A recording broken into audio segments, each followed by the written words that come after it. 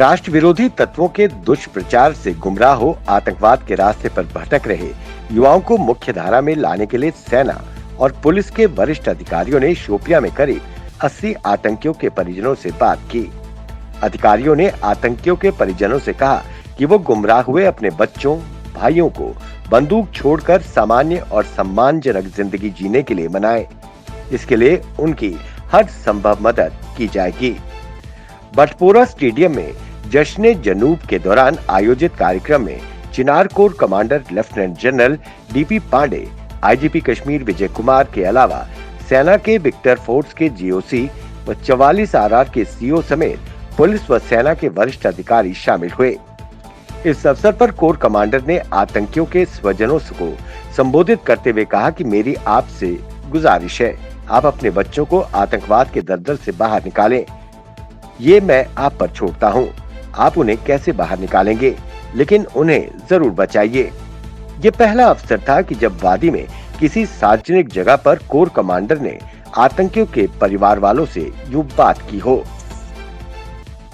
जम्मू के युवाओं, विशेषकर ग्रामीण युवाओं को सेना, अर्धसैनिक बल व पुलिस में भर्ती होने के काबिल बनाने के लिए जिला प्रशासन की ओर से विशेष प्रशिक्षण दिया जाएगा।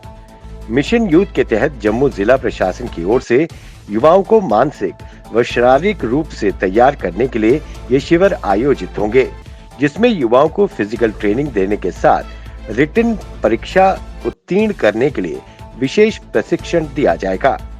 ग्रामीण युवाओं या युवतियों के लिए ये विशेष प्रशिक्षण शिविर 13 सितंबर से आरंभ होंगे, जो 17 दिसंबर तक चलेंगे। जिला प्रशासन ने इसके लिए 18 से 30 साल के 10वीं पास युवाओं से आवेदन मांगे हैं। नियंत्रण रेखा पर युद्ध विराम के जरिए अपनी छवि सुधारने में जुटा पाकिस्तान जम्मू कश्मीर में आतंकवाद को हर कीमत पर जिंदा रखना चाहता है।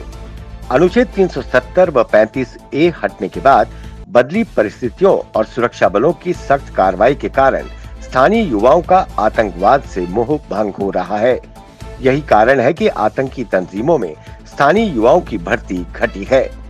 इसके बावजूद पाकिस्तान हर कीमत पर आतंकवाद को बढ़ावा देने के लिए अब अपने नागरिकों को आतंकी बनाकर भेज रहा है। नरकोट में मारे गए 2 आतंकियों की एक की शिनाख्त पाकिस्तानी नागरिक मोहम्मद अफजल के रूप में हुई है। सेना द्वारा नरकोट में मारे गए आतंकियों में एक के पास से पाकिस्तान का राष्ट्रीय पहचान पत्र मिला है।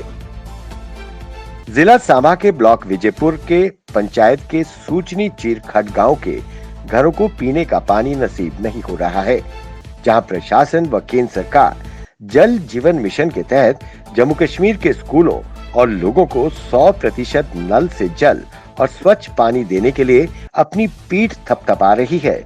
वहीं जमीनी स्तर पर गांव चीरखट में लोगों को पानी नसीब नहीं हो रहा है। लोग कुएं का गंदा पानी पीने को मजबूर हैं। 2-2 ट्यूबवेल होने के बावजूद पीने का पानी नहीं मिल रहा।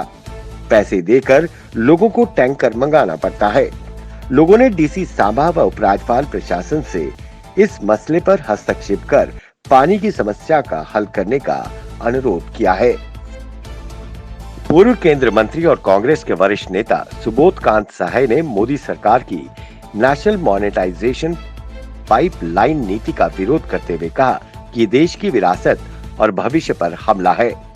कांग्रेस आखिरी दम तक लड़ाई लड़ेगी और देश को बेचने नहीं देगी।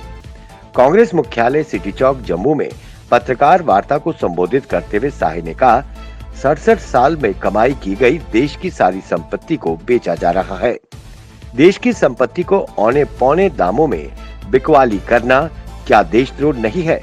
उन्होंने कहा कि सड़कें, रेल, बिजली ट्रांसमिशन, बिजली उत्पादन, प्राकृतिक gas pipeline, petroleum pipeline, telecom, खाद्य भंडार, माइनिंग, एयरपोर्ट, बंदरगाह, स्टेडियम सब बेच रहे हैं। इसे देश की संपत्ति की संगठित लूट नहीं कहा जाएगा तो और क्या कहा जाएगा? जम्मू कश्मीर के पूर्व मुख्यमंत्री उमर अब्दुल्ला ने केंद्र सरकार पर हमला करते हुए उनसे सवाल किया है कि तालिबान एक आतंकवादी संगठन है या नहीं। कृपया इसके बारे में हमें स्पष्ट करें। उनका कहना है कि केंद्र तालिबान को कैसे देखता है। अगर वो एक आतंकी समूह है तो केंद्र उनसे बात क्यों कर रहा है? यदि वो आतंकी संगठन नहीं है तो क्या केंद्र संयुक्त राष्ट्र जाकर इसे आतंकी संगठन की सूची से हटवा देगा? उन्होंने कहा कि जो भी है केंद्र सरकार उस पर अपना मन बना ले। कांग्रेस के पूर्व अध्यक्ष राहुल गांधी ने कहा कि लगातार महंगाई बढ़ने से लोगों की जेब पर सीधा असर पड़ रहा है। तेल की कीमत बढ़ने से लोगों पर सीधा असर पड़ रहा है। इस दौरान उन्होंने केंद्र की एनएमपी नेशनल मोनेटाइजेशन पाइपलाइन योजना पर भी बात की और आरोप लगाया कि केंद्र सरकार इस योजना के जरिए देश की संपत्तियां बेचना चाहती है। उन्होंने कहा कि एक तरफ डीमोनेटाइजेशन है और दूसरी ओर मोनेटाइजेशन। छोटे किसानों, मध्यम वर्ग और गरीब का डीमोनेटाइजेशन हो रहा है। मोनेटाइजेशन सिर्फ सरकार के 4-5 दोस्तों का भला हो रहा है।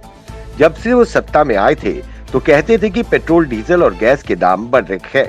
अब देखिए, गैस और बाकी सब के दाम आसमान छू रहे हैं। केंद्र शासित प्रदेश जम्मू कश्मीर के उपराज्यपाल मनोज सिन्हा ने कहा कि 18 वर्ष से ऊपर के सभी विद्यार्थियों के टीकाकरण के बाद ही इस महीने कॉलेज और यूनिवर्सिटीज को फिर से खोलने पर विचार किया जा रहा है। विश्व प्रसिद्ध डल झील के किनारे बने SKICC में एक कार्यक्रम के उपरांत पत्रकारों से औपचारिक बातचीत में राज्यपाल मनोज सिन्हा ने कहा कि प्रदेश सरकार में कॉलेज और यूनिवर्सिटी फिर से खोलने की विद्यार्थियों और अभिभावकों की उचित मांग पर विचार कर रही है। इसके लिए सबसे पहले विद्यार्थियों का टीकाकरण जरूरी है। ऐसे में 18 से ऊपर के आयु वर्ग के सभी विद्यार्थियों का टीकाकरण होने के उपरांत ही प्रदेश में कॉलेज और यूनिवर्सिटी को फिर से इसी महीने खोलने पर विचार किया जा रहा है।